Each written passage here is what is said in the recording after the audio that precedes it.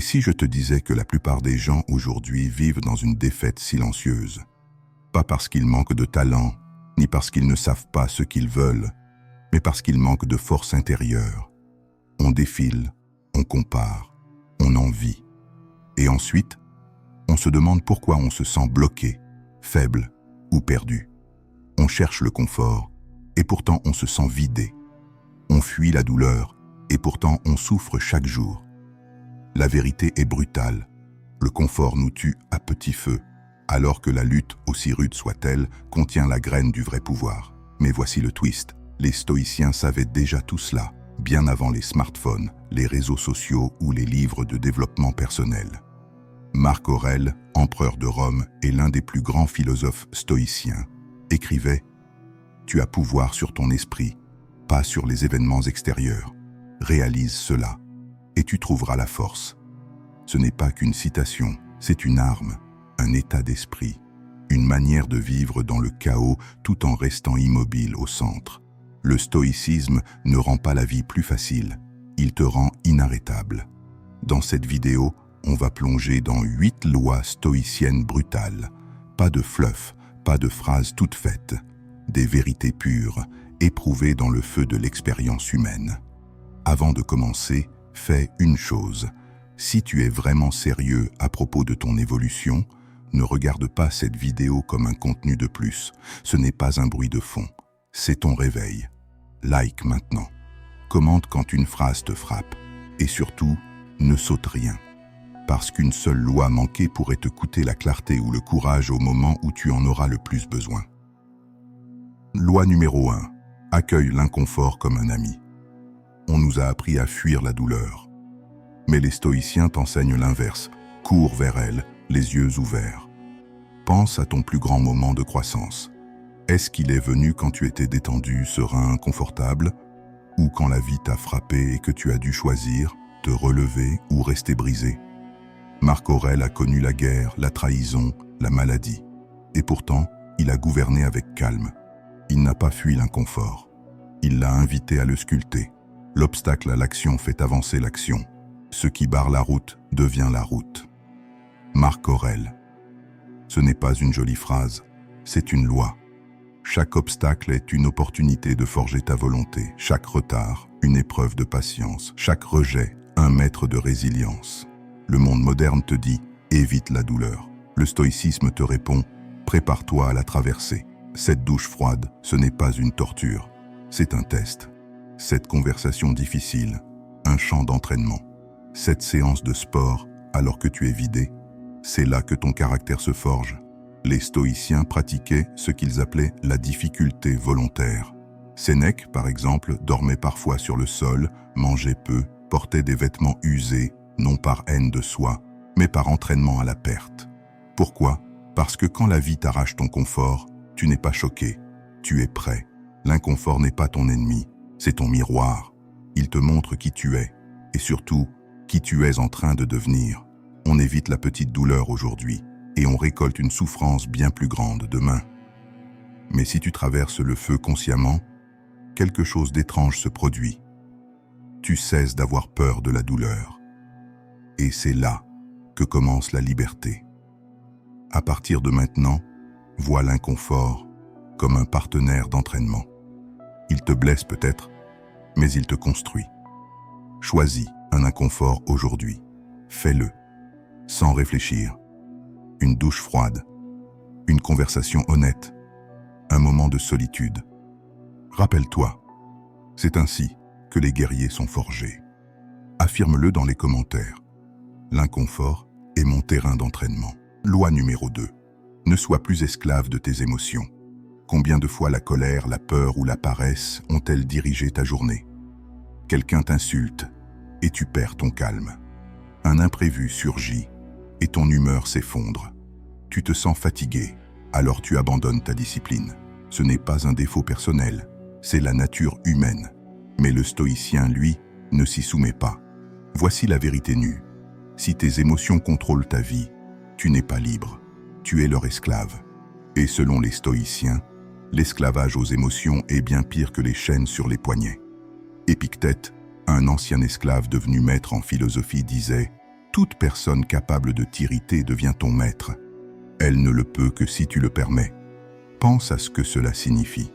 Chaque fois que tu t'emportes à cause d'un mot, d'un commentaire en ligne ou d'une attitude injuste, tu remets ton pouvoir à l'autre. Celui qui te coupe la route sur l'autoroute, tu lui offres ton calme. Celui qui te trahit, tu lui offres ta paix. Et cette personne qui te critique, tu lui offres ta joie. Mais le stoïcien ne nie pas ses émotions. Il les observe, il les laisse apparaître, puis il les questionne. La différence entre un enfant et un sage, l'enfant réagit, le sage répond. Marc Aurèle, l'homme le plus puissant de son temps, écrivait dans ses pensées pour moi-même. Si tu es troublé par quelque chose d'externe, la douleur ne vient pas de la chose elle-même, mais de ton jugement à son sujet. Et tu as le pouvoir de révoquer ce jugement à tout instant. C'est cela, le véritable pouvoir. Ne pas être ébranlé par ce qui ne le mérite pas. Mais cette maîtrise a un prix. Elle te retire une illusion confortable, celle de pouvoir blâmer les autres. Tu ne peux plus dire « il m'a mis en colère, elle a gâché ma journée ». Non, tu reconnais, c'est moi qui ai choisi de réagir ainsi. Et cette prise de conscience, aussi brutale soit-elle, est la porte de la liberté intérieure.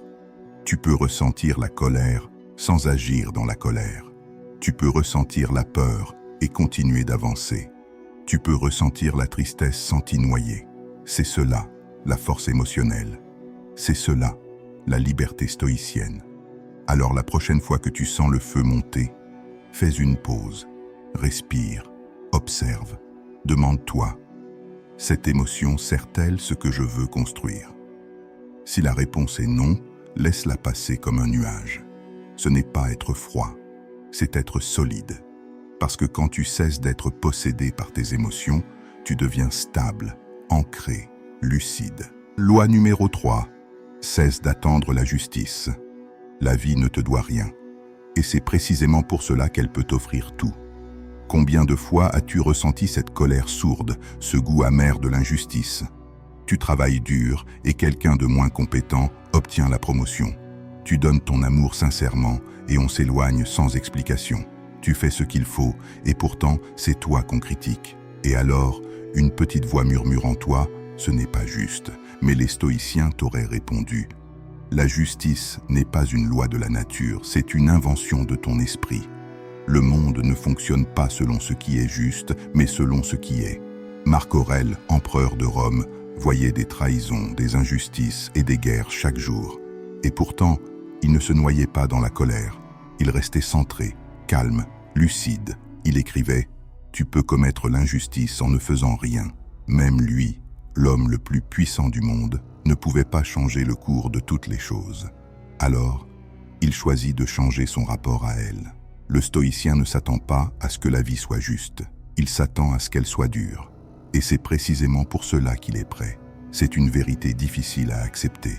Mais plus tôt tu l'intègres, plus vite tu t'allèges du poids inutile de la rancune.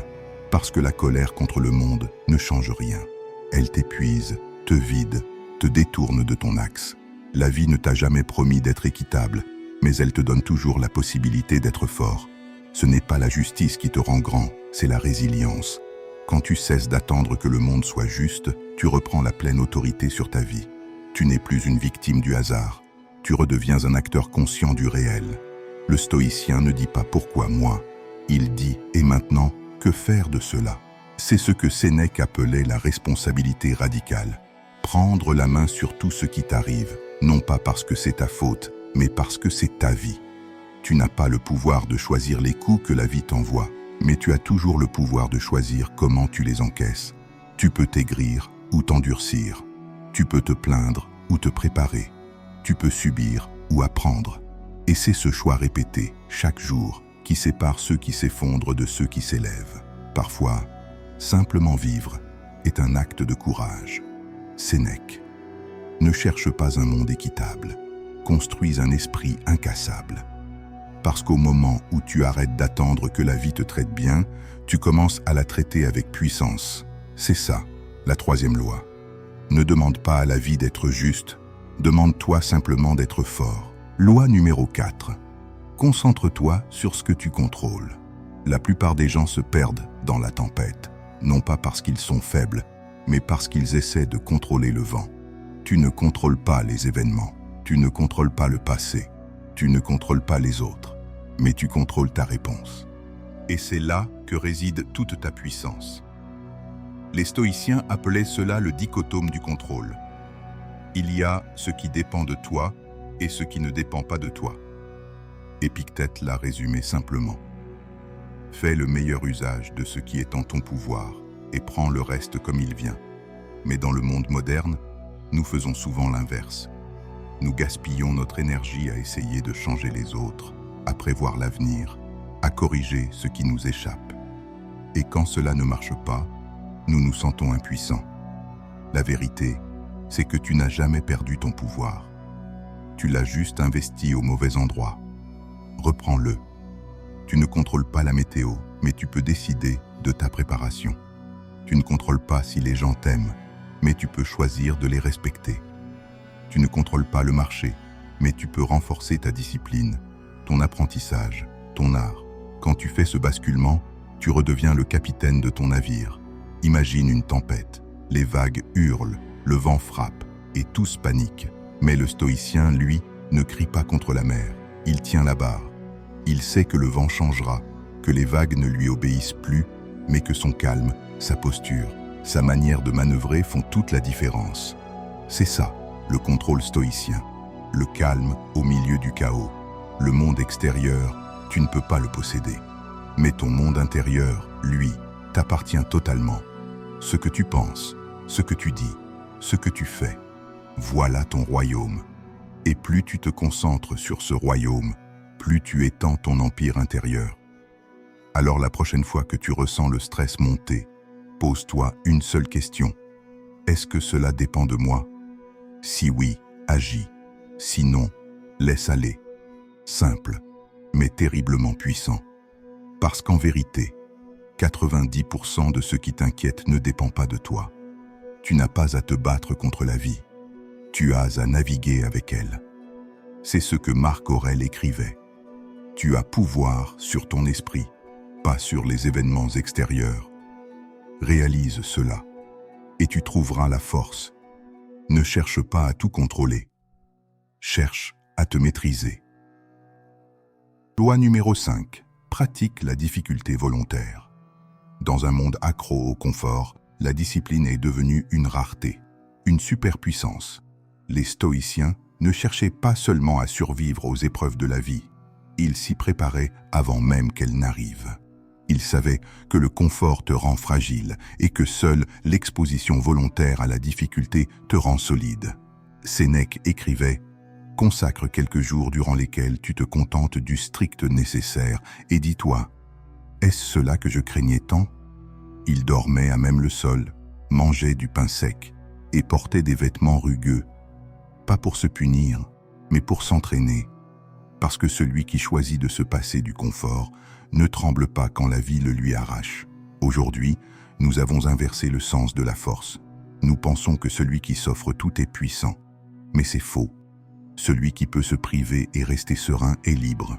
Nous fuyons la faim, le froid, la solitude, l'effort, comme si ces choses étaient nos ennemis. Mais ce sont elles qui nous fortifient.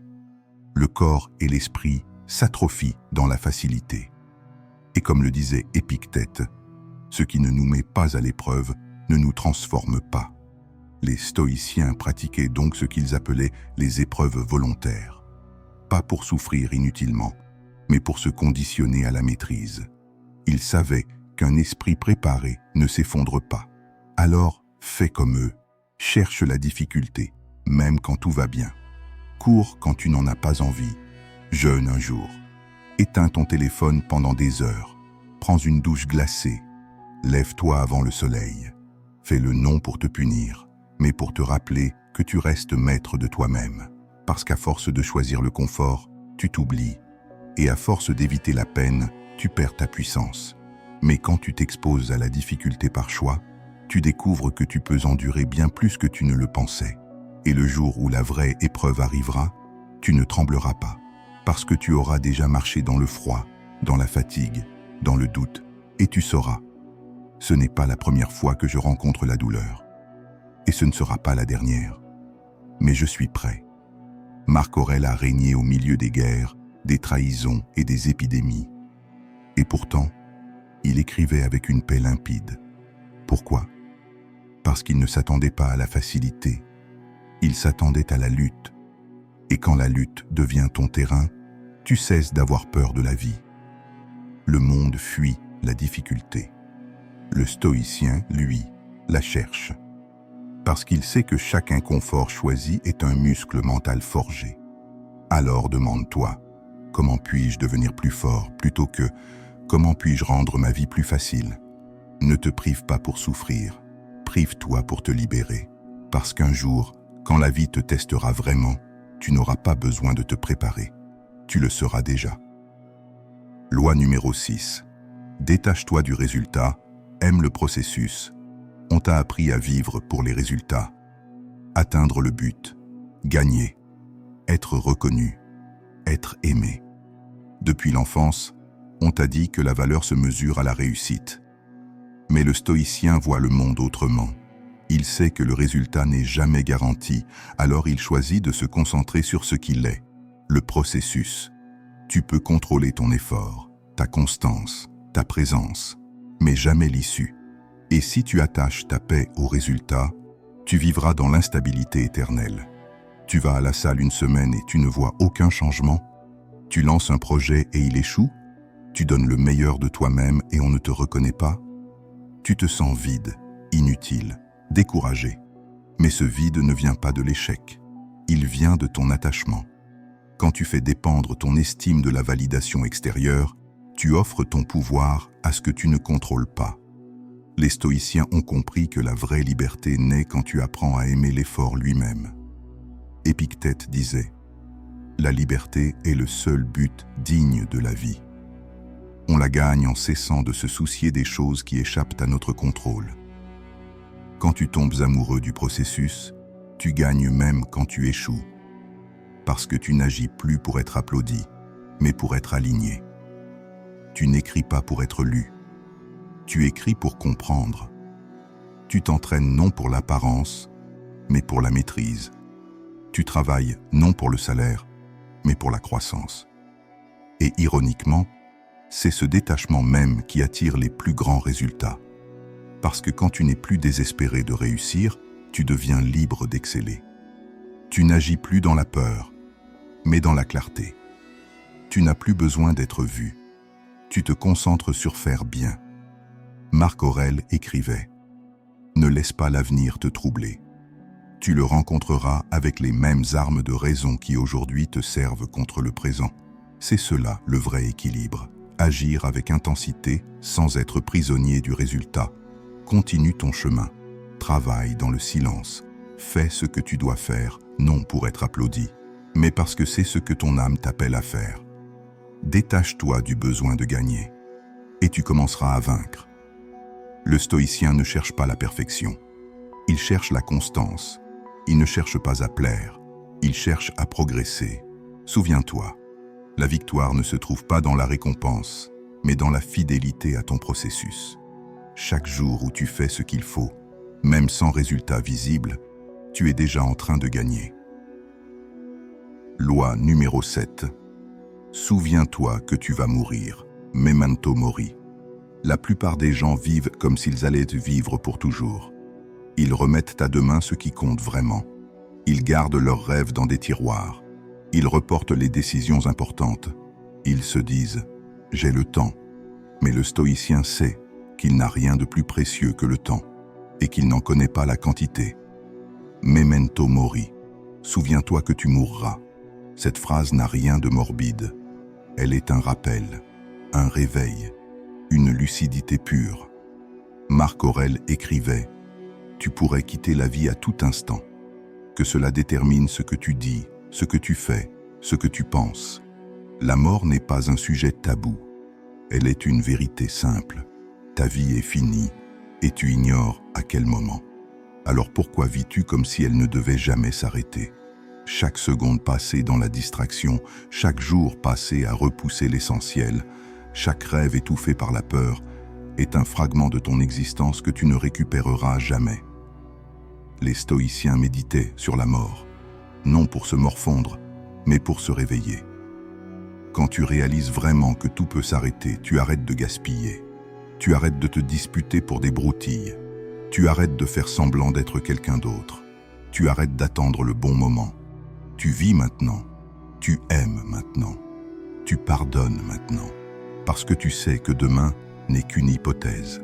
Sénèque écrivait « Ce n'est pas que nous ayons peu de temps à vivre, mais que nous en perdons beaucoup.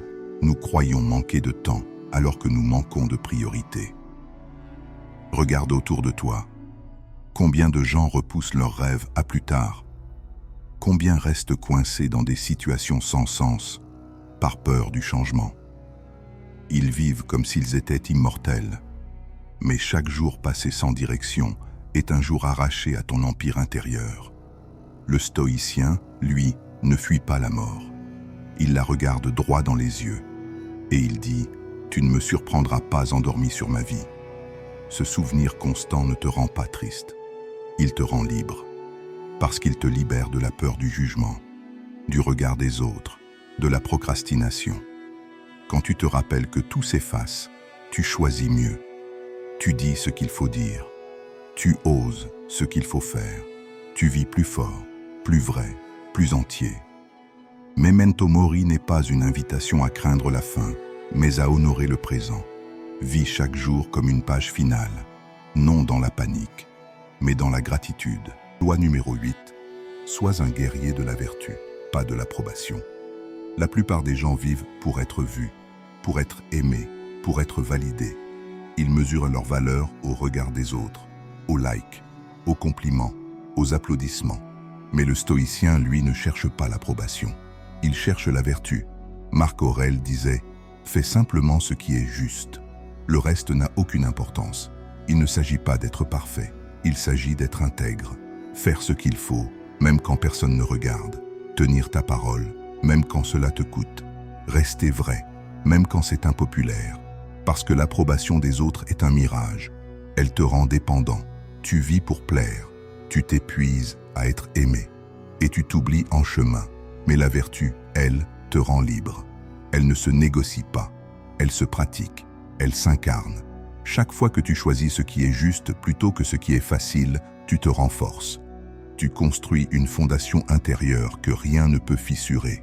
Sénèque écrivait « Je vivrai et penserai comme si le monde entier pouvait voir ma vie et lire mes pensées. » C'est ça, la grandeur stoïcienne. Agir avec droiture, même dans le silence, même dans l'ombre. Dans un monde de performance, le stoïcien est sincère. Dans un monde d'images, il est vrai. Dans un monde de bruit, il est calme. Tu veux être inarrêtable? Alors ne vis pas pour la reconnaissance. Vis pour l'alignement. Ne cherche pas à être admiré. Cherche à être cohérent. Parce que le jour où tu n'auras plus besoin de l'approbation du monde, tu deviendras le genre de personne que le monde suivra naturellement. Ne marche pas pour être vu. Marche pour être vrai. Même si tu marches seul. Surtout si tu marches seul. C'est ce chemin-là qui construit les empires intérieurs.